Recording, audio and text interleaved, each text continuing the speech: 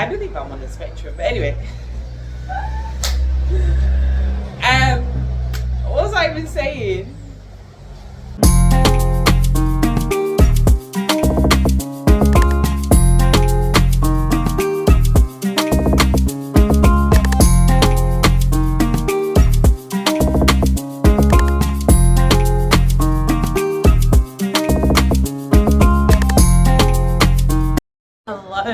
Hello, good morning. I hope you can hear me.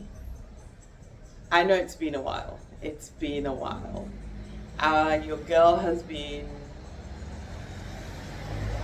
going through a lot. She's been trying to, find a path for her life. A lot has changed, but I'll fill you in. But before I fill you guys in, how are you doing?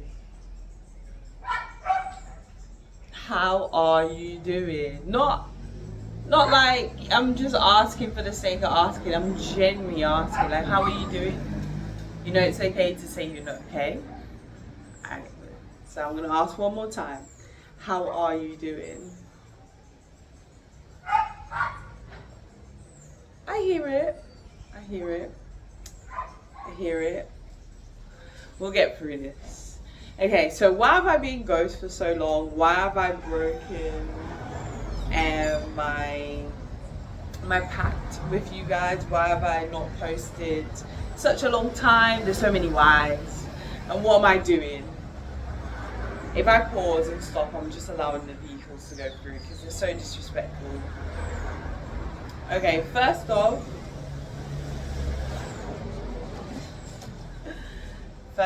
I decided to no longer go back to the Dominican Republic. There were so many different reasons. They were all personal because they're personable to me, right? But there's so many different reasons, and hopefully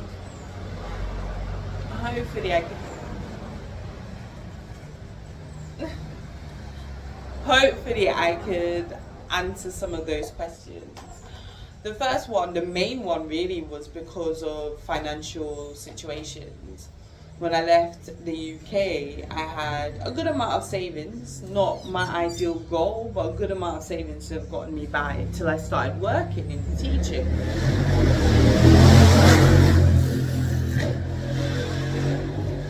They're so loud. Anyway, this is why I need to get a mic. But, small steps. So basically, I decided because of financial reasons, I had a lot of anxiety wrapped around that going back. Because I didn't want to be in a position where I went back and I'm now fighting for my life. I can't leave one country, fight for my life, to come to another country, fight for my life. Granted, it would not always be like that. Granted, it might have not been like that. But there was just too much anxiety wrapped around that situation. Secondly, when I got out here, I had a lot of family and friends that were teachers. About close to 10 of them I spoke to. They were like, girl, why are you not staying here to teach out here? Like, why are you not doing that? So it took a lot of conversations had, a lot of persuasions and stuff like that. It wasn't immediate thought. It was literally 2 weeks ago, just a little over 2 weeks now, I decided to stay here and actually give it a go. And staying here, I mean staying in St. Lucia. And if you didn't catch my first video, I grew up here. I grew up here until I was 8 years old. I never thought once in my life I would have stayed here to live.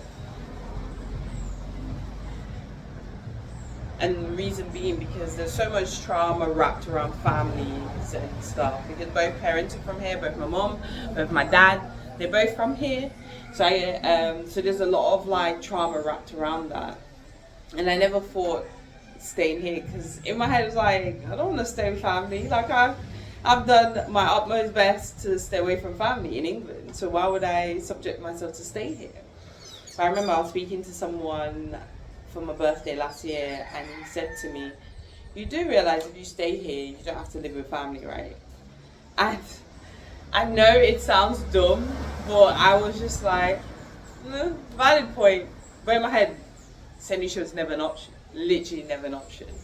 But yeah, speaking to family and speaking to friends, it was kind of like, maybe this is the place I need right now, because I have so much healing I need to do. I'm hurting so much that I need a breathing space, and I knew if I went back to DR, I wouldn't be able to have that breathing space, because it's immediate work and literally fighting for my life, because I would probably have to be like back paying stuff, or back paying people that I've loaned money from, you know. Excuse me. So yeah, so it's like I didn't want to be in that position, so I thought staying here would allow me this breathing space to clear my head and get back onto my feet. But staying here, I needed to do nationalization, which is citizenship, because even though I lived here for 8 years of my life, my parents didn't do that for me, so I needed to do that in order to just start a life. Couldn't immediately start renting because I needed an income, because I haven't worked since I left my last job in May. Anyway, that was one of the other reasons why I decided to stay, to allow myself that breathing space. Another reason that I've only just realized yesterday or the past few days was, if I didn't stay here, there were so many things that have happened which have caused me a lot of aches, a lot of pain, a lot of emotional trauma. But if I didn't stay, I wouldn't have seen a lot of things that I've seen. So I've seen a lot of family members that are showing their true colors, which I never thought I would ever see in my life. I'm also seeing a very close family member who I call aunt, which I saw as my second mom. She's got stage 4 cancer, and I saw her for the first time since 2019. I thought I saw her last year, but I didn't. Since 2019 for the first time. And she was in a building. She was in her doctor's office, but the receptionist wasn't there to let me in, so we're speaking through the window. And in the Caribbean, a lot of places have like burglar bars in front, over the windows. So we're speaking through that, and this is the first I'm seeing this woman that I love deeply, like my mum, right? I saw her, and I saw my dad. So for those that don't know, I lost my dad to cancer, and literally I saw my dad. That's not like my dad's relative or anything like that.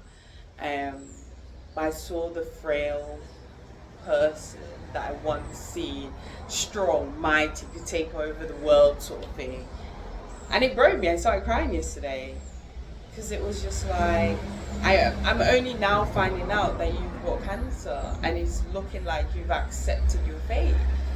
And I'm like, I'm not at that stage yet, like, give me a chance to catch up. And I know I'm smiling and laughing, but this is the only way I'm able to deal with these things. I'm still not yet able to find a healthy way of dealing with trauma, because I'm still yet to grieve my parent and so many other family members. But I'm just grateful that I'm not dealing with grief and trauma in like a harmful way. So anyway, I digress. So I believe if I went to the DR, I probably wouldn't be able to see her and know that she's not well. Like, I wouldn't have seen my friend I haven't seen in over 20 years. So there's just so much that had me believing that I was meant to be here. For how long? I don't know. I'm not saying DR is completely out of the picture. I don't know how long I'm meant to be here. But I'm allowing myself this breathing space. And I'm grateful for this breathing space. One of my friends, she said to me, because if you know me, I'm not someone that accepts help, asks for help. I've been doing this for like 2 decades, 2/3 of my life. I've been, doing what I need to do for myself, right? Living on my own, rafting, doing things, finding my colleges on my own, my jobs on my own, doing literally everything on my own. Anyway, I digress as per usual. I believe I'm on the spectrum, but anyway. What was I even saying? So my friend basically said to me, she basically said to me, because for someone that don't ask for help and find it hard to trust people to ask for help because I've been burnt so many times, she said, you need to allow the people the opportunity to help you. And I was like, raw. So I slapped me in my face, why don't you? But yeah, I've allowed myself to allow other people to help me, give them the opportunity to help me, and people are showing up. People are actually showing up. And it surprises me, and the reason why it surprises me because I have a lot of faith in humanity. I believe there's more good than there's evil out there. I truly believe that. But I've been burnt so many times. You ask for help, and then it's like, yeah, I'll help you. Never help. Never ever got help. And it's not like I need help like financially, but it's like in other aspects of my life. Anyway, I digress as per usual. So when she said that to me, allow people the opportunity to help you, I was just like, I need to actually take that word aboard and actually allow people to actually help me, because there are people that are out there that want to help you. So that's the motto of the day. The motto of the day. It's still quite early for me. The motto of the day is to allow people the opportunity to help you, because there are people that want to help you. Don't just shy away from this. If you need help, ask. If they say no, they say no. You keep it pushing. But yeah, so I do need this breathing space. Like right now, if I was in the DR, I'd be training right now. And I feel like my head is so heavy. There's so much happening. And the guy that helped me in the DR, we had a bit of a I guess difference in opinions, because he strongly believed that I'm making a mistake, whereas I am putting my mental health and my physical health first right now. He believes that I'm going back into old patterns and stuff, and it's just like, respectfully, sir, you don't know me that well to believe that I'm going in old habits and stuff like that. Because in all reality, this move from England to wherever in the world was a big move. It was a brave move. It was a bold move. It was a courageous move. It was a scary move. However, it needed to be done. And I think staying here is even more courageous than if I was to stay in the DR. This is more of a harder decision to stay here than it was to go back to the DR. It honestly was, because yes, I don't want to have the hard life anymore, but at the same time I don't want to be living in oblivion to everything that's actually happening within myself, and I feel like I'm talking so much. How long is it? Oh my gosh, it's 13 minutes. It's 13 minutes of me just yapping. But anyway, it's gonna be a lot of that. So the purpose of this video was like an intermission into why I was gone and to where I am right now. So I'm currently staying in St. Lucia, trying to pursue teaching, or hopefully I really want to get back into my sports therapy, my sports massage, all that good stuff, because that's where my heart lies. That is literally where my heart lies. This is my passion to help and fix people, whether it's physically, whether it's mentally, whether it's spiritually, whether it's emotionally. That's where my passion lies, and I truly believe my purpose on this planet is to help people, to give back. I don't know if it's St. Lucia, I don't know if it's the DR, I don't know, wherever it may be. But stay tuned, I will do better to document. I will go back to the journey when I was in England, because that's where the journey started. But yeah, your girl has been very active the past 2 weeks. Things in the Caribbean move so slowly. There's not much communication within the Caribbean as well, and I'm learning that as I'm here. So, excuse me, it's allowing me to actually slow down, which is something I didn't have in England. It's allowing me to be present within myself, which I didn't have in England. And I said to my aunt last night, we were I did so many silly things. Like, I was like, can you believe I lived on my own for 10 plus years? Because right now I'm not acting like I've lived on my own. I'm acting like I'm a child. But then I said to myself, I've been an adult way before I was an adult. So maybe my brain's actually resting. My body's actually resting and allowing people to look after me. But yeah, the next videos are going to be back in England.